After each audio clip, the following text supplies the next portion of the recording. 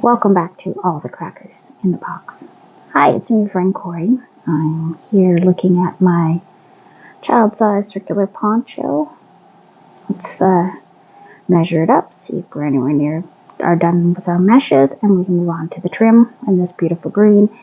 And so let's check this out.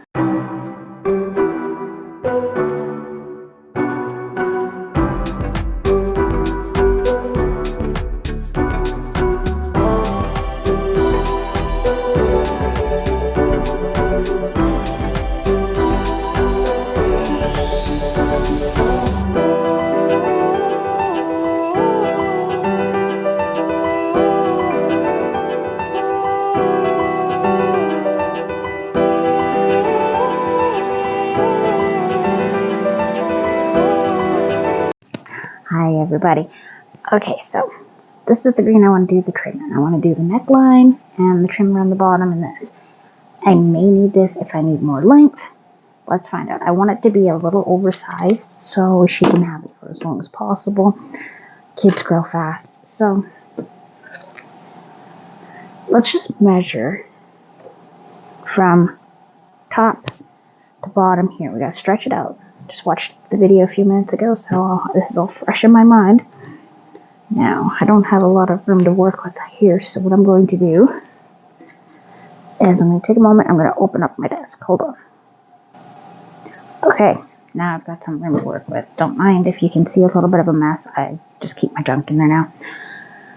By junk, I mean pictures I'm flattening, so and a few other odds and ends, just to have a place to put them when I'm not using them. So that works out really well. So she said to stretch. Let's stretch, because when I put the border on, it is going to lengthen.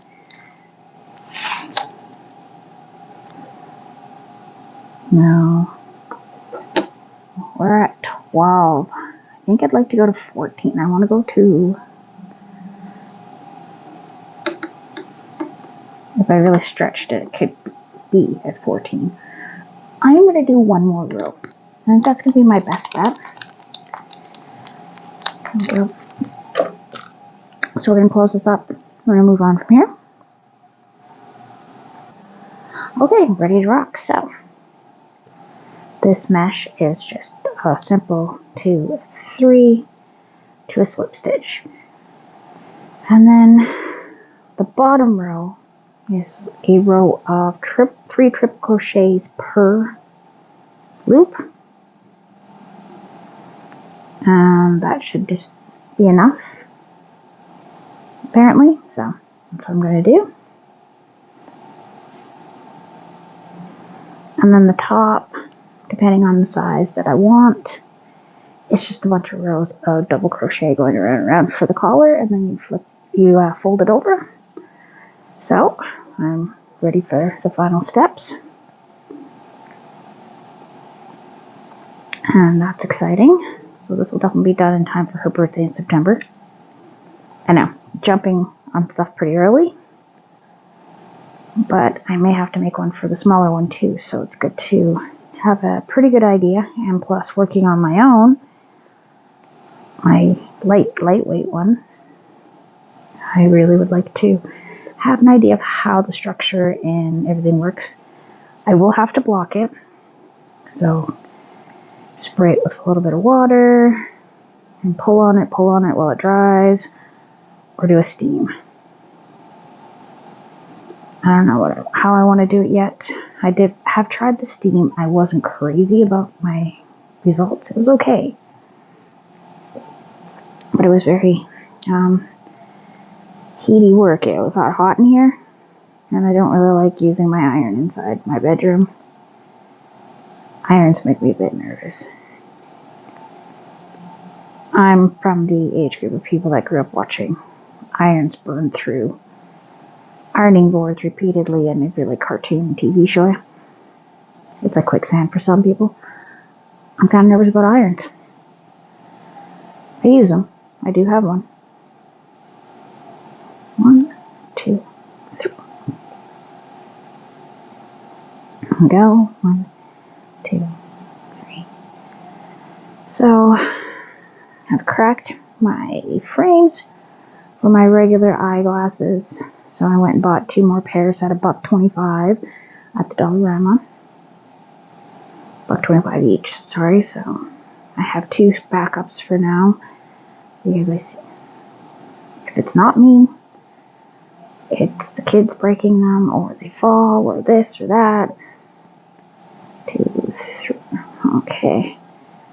I don't know what I'm going to do when I actually have to wear real glasses. If I'm already hard on readers, what am I going to do with regular glasses? 2 and 3.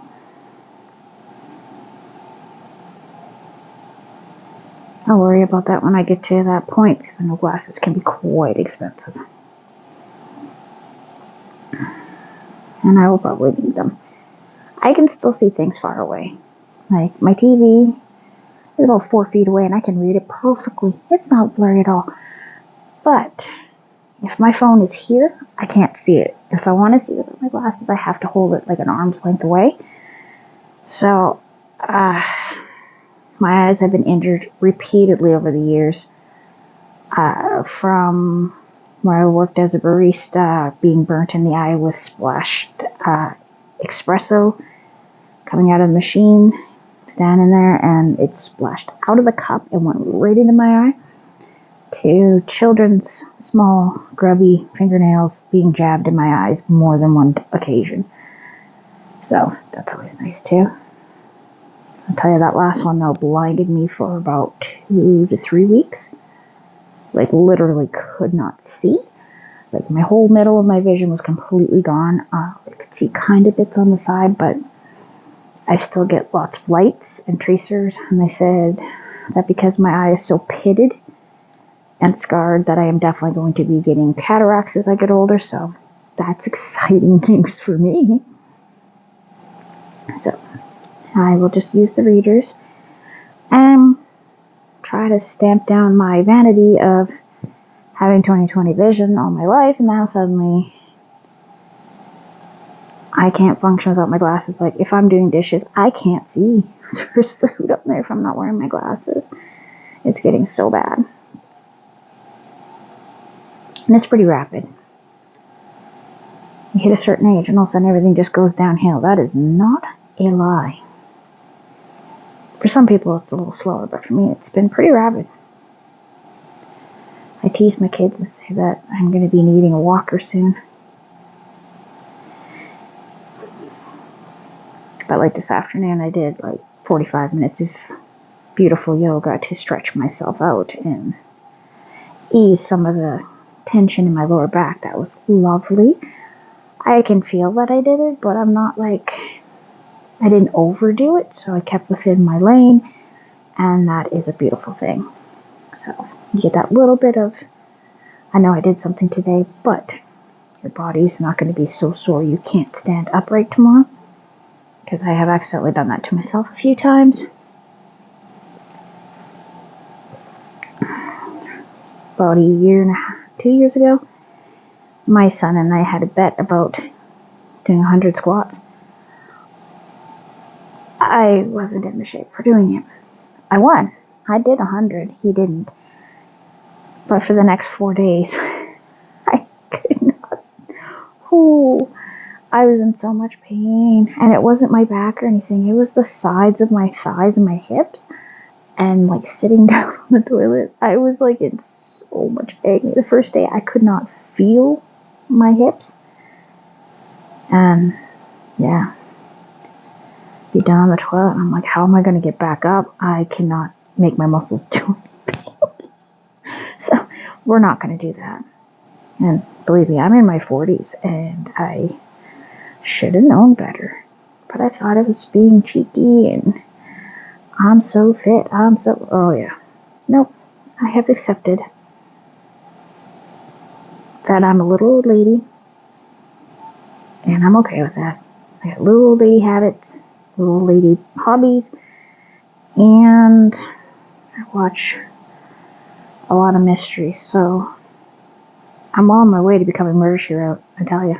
Jessica Fletcher, look out. I'm here for you, girl. Love that show. Okay. So at the end of this, and so we're going to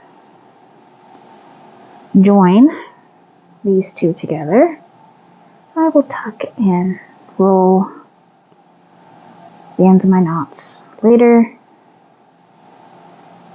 So far, after repeated washes, these knots have not come apart even after cutting off the ends or digging them in.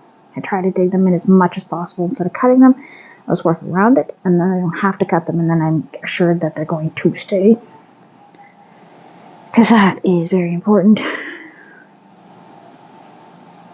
You want to be able to wash your garments. You don't want to have to be like, oh, I can't wash this, because that's disgusting. I do wash all my crochet stuff. I got a big pile of it behind me there, starting to threaten to overtake the container. But to be fair, the container is about this close to the top with big balls that I have yet to start winding. Because once I start winding them, that's going to downsize how much space they're taking up in there. Okay, so you don't want to do this now, not later. Okay, so follow the slip stitch. I don't know if you can see what I'm doing.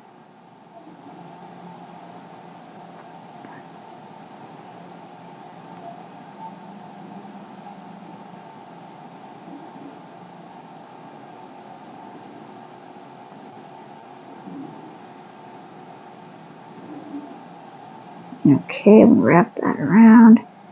2 and 3. Okay. 1, 2, 3. And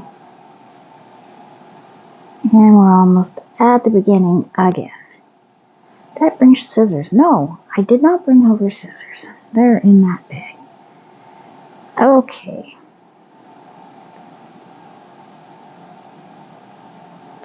Three, and that is our beginning spot. Okay, so excuse me a moment while I go grab some scissors. I'm back. I have scissors. Exciting.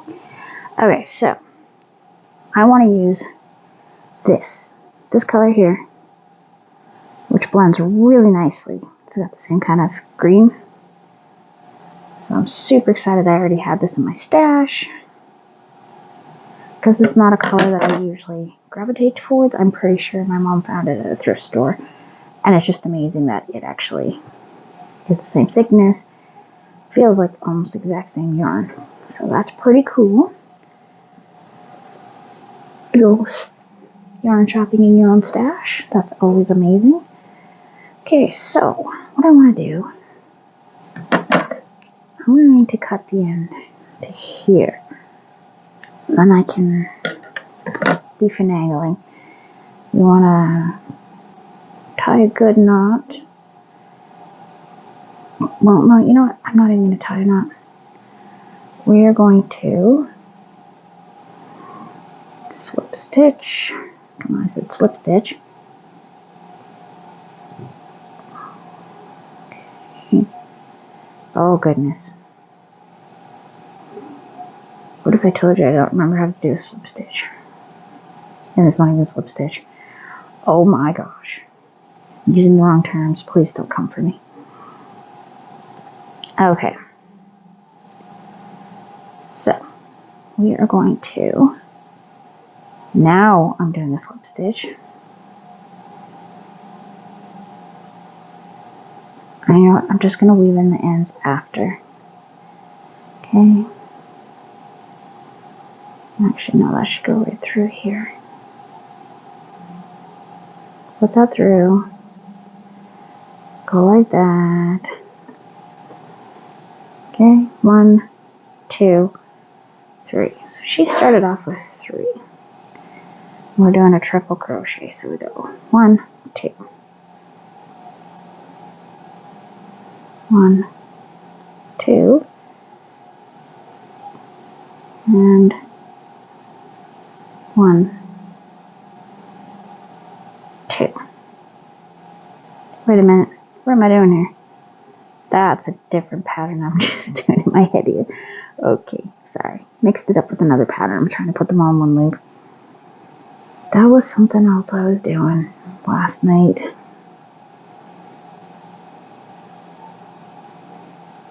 Okay, and 1, 2.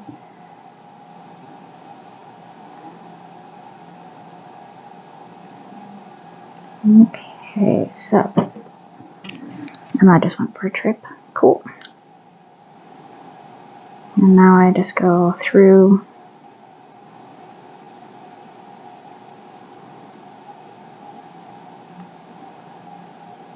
all the way around.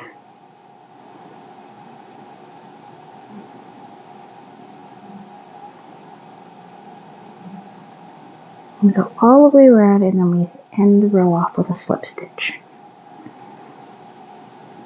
So that's pretty cool. I worked out some of the math on my lighter one. So far, going all the way around my round piece, which I have finished up. I'll show you that very soon in another video. But I just wanted to say I had to do 243 double crochets last night, and boy is my hand tired. No, really, my hands are super tired. Between sewing up the amigurumis I've been working on, and that many double crochets in such a small weight. I'm so excited. I've switched colors now, so we're into the bright greens now. And it's looking pretty darn good. Reminds me of watermelon. I'll be straightforward. It looks like watermelon. I am not complaining, mind you. I think that's kind of cool. 2, 3.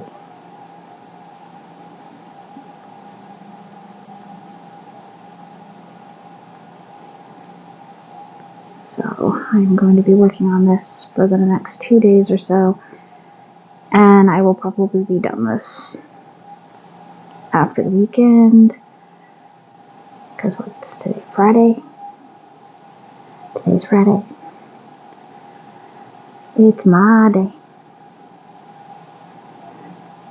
Oh, goodness.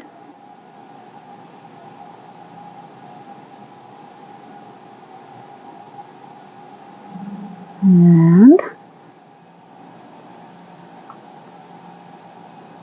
not too bad, not too bad. So basically, oh yeah, that is some good contrast. I am so glad that I found this green. It's going to really, really finish off this piece in a way that I don't think it would have been finished looking if I had just gone straight up with the same color. I think that would have really been very muddled color-wise. I like a little bit of definition and outlining. Here we are.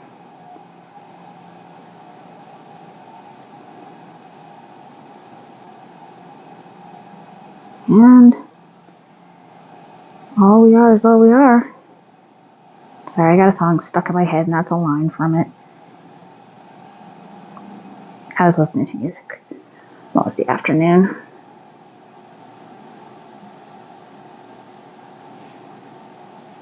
My husband thinks it's kind of odd how much my 3-year-old really enjoys harder rock. She really likes it. But he wasn't there for her step into more dance hits and stuff like that.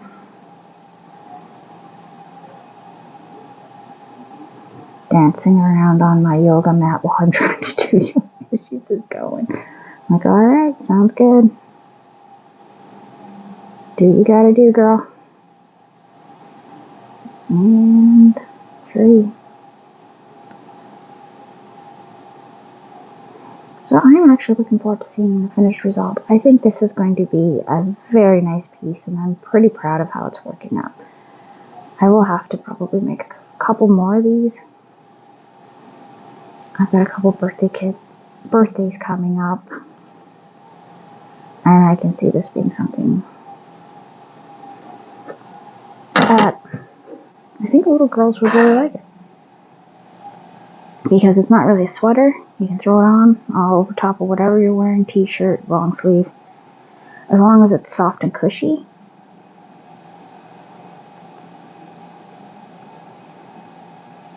Sort of like wearing a bit of a blanket.